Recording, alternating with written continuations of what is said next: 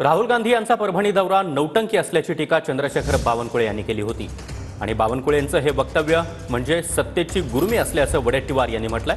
माणूस जिंकला की उर्मट होतो अशा शब्दांमध्ये वडेट्टीवार यांनी बावनकुळे यांच्यावर जोरदार पलटवार केला। बावनकुळेंनी बोलताना शब्द जपून वापरावे असा इशारा देखील वडेट्टीवार यांनी दिला। दौरा म्हणजे नौटंकी आहे। खरं तर अशा नौटंक्या करू नये। समाजाला न्याय देण्याकरता जास्तीत जास्त विधायक काय कार्य केलं पाहिजे आणि अशा पद्धतीचे त्या ठिकाणी दौरे करून अशा पद्धतीचे त्या ठिकाणी नौटंक्या करून काही महाराष्ट्राचं त्या ठिकाणी समाज हा त्यांना साथ देणार नाही। आम्ही सर्व मागासवर्गीय समाज, 18 पगड जाती, ओबीसी समाज आणि त्या ठिकाणी बौद्ध समाज असेल, हा सर्व समाज एकत्र आहोत, गुन्हा गोविंदांना नांदतो आहे। आता असं आहे, सत्तेची गरमी, सत्तेची उर्मी, तोंडातून वाटेल ते बडबड करायला लागतं।